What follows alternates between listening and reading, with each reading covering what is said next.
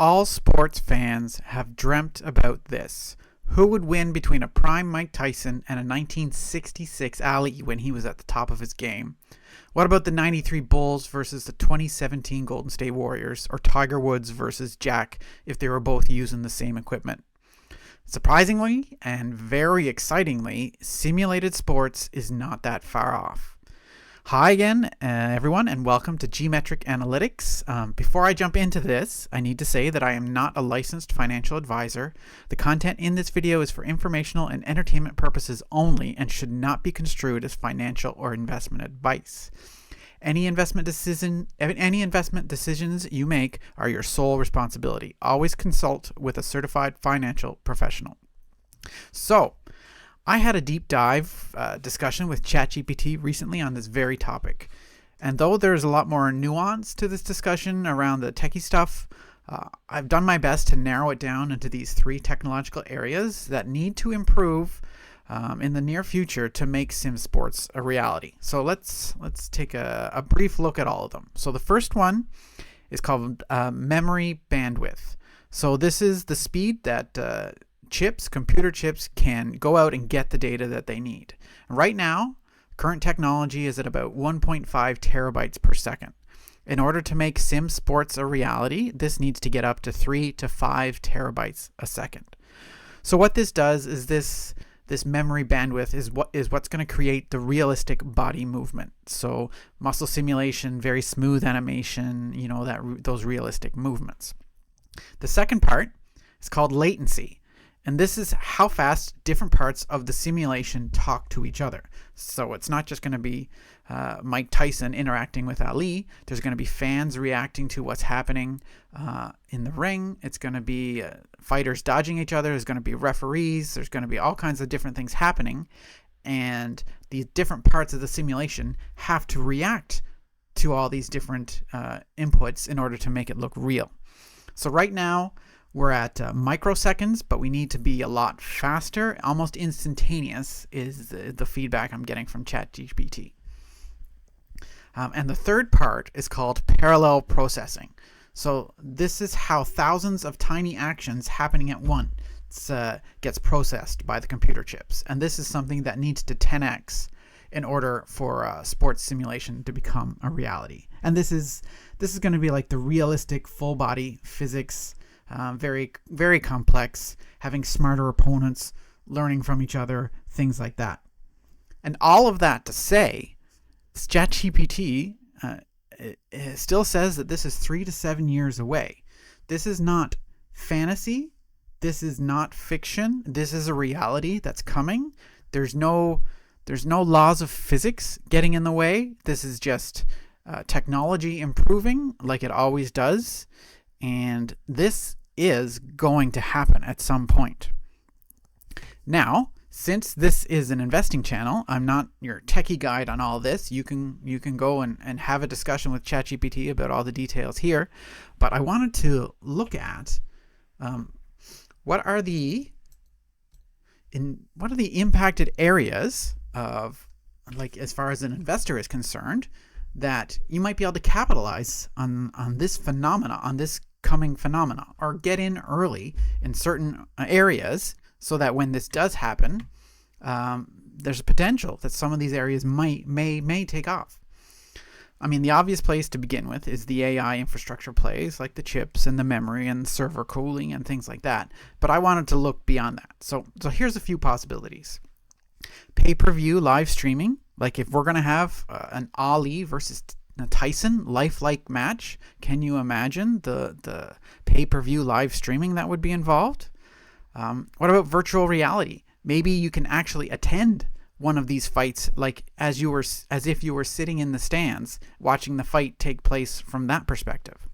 And then what about AI identity rights? Is Mike Tyson or is the Ali estate gonna sign off on letting their fighter be used in this simulated sports activity? Will they believe they're getting a fair shake? Do they believe that the AI is accurately representing the skills of the fighter? And do they want to tarnish their legacy if it isn't?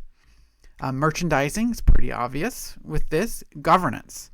So these are going to be sim sports leagues. How do we protect against corruption? What are the rules going to be? These are all kinds of things that we need to think about. Ultimately, user-generated content.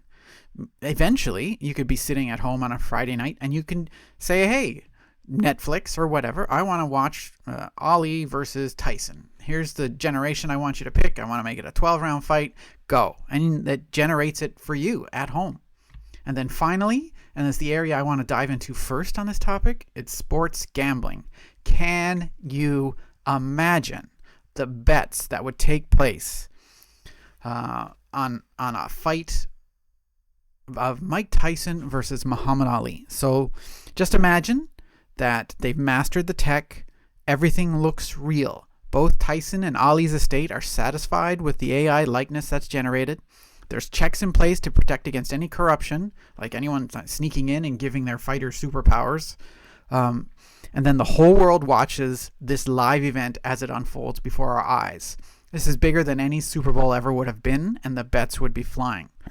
So, on that, let's look at two betting stocks and examine a couple of potential plays. If we get over here. So, here's my dashboard that I've used in my previous videos. I've updated it a little bit. I've simplified it into one screen here, and it's a comparison now. It's not just one stock that we're looking at, it's a comparison. So, from that gambling perspective, we're going to compare MGM Resorts International with DraftKings Incorporated here, and to see, how these two stocks compare in the dashboard as it is right now. So let's get my pen going here. So first, let's look at MGM Resorts International. The first index, let's look through both as we go. So we're going to look at MGM's stat, and we're going to look at DraftKings and see how they compare against each other. So the first metric that I have here is the threshold outperformance index. So basically looking at how much the stock actually wins and the threshold that it needs to win in order to keep having a positive trend regime. And so as we can see here, MGM is a little bit under right now what it needs to be to have a positive trend regime and the price to increase. If we look at DraftKings, they're winning at 50.4% when they need to win at 49.3%. So they have a little bit above 1 here. So winning a little bit more than they need to over the last, we chose the beginning date up here, January 1st, 2022. So since January 1st, 2022, DraftKings has won 50.4% of the time, and they needed to win 49.3% of the time. Let's look at the stability. MGM has a stability score of 0.89. So there are days above and below the 3% change. So if they're operating within the lower than 3% up and higher than negative 3% down, that's about 5.9 plus 5.3, just over 11% of their days. So they get a stability score of 0.89. DraftKings is a little more volatile, I would say, and their stability score is 0.75. Positive trend persistence, like we've looked at a few times. This is how many 5-day winning streaks versus how many 5-day losing streaks. MGM, 67% of such streaks are winning streaks, so 16 out of 24 here. And for DraftKings, they're right at 50%, so they've had 25-day winning streaks and 25-day losing streaks. All right. So we get down to this trend quality index, which is one of my favorite indexes that I've created here. We can see 0.467 for MGM and 0.547 for DraftKings. So I'm going to go over this again. I like to do that every time. Basically, it's that threshold outperformance index that we've seen up here, but plotted on a 51-day rolling average. So I determine the standard deviation of that data, and I apply a trend line. And then based on that standard deviation and the trajectory of the trend line, we evaluate the stability and robustness and efficiency of the stock's recent behavior. And then we represent that overall assessment as a level of quality, which is the score what we have down here, 0.467 and 0.547 for DraftKings. So the DraftKings stock is of a little bit higher quality at the moment. Looking at the rest of the data, we'll look at price over earnings. We have MGM at 218, DraftKings at 0, so that usually means not profitable yet. Industry average P over E, 18.5, 18.5. Market cap for MGM is 9.7 billion. For DraftKings, we are at 16.5 billion. And then their annual rate of return based on our start date to our most recent date. MGM has gone down minus 6.3%, and DraftKings has gone up 4.6%.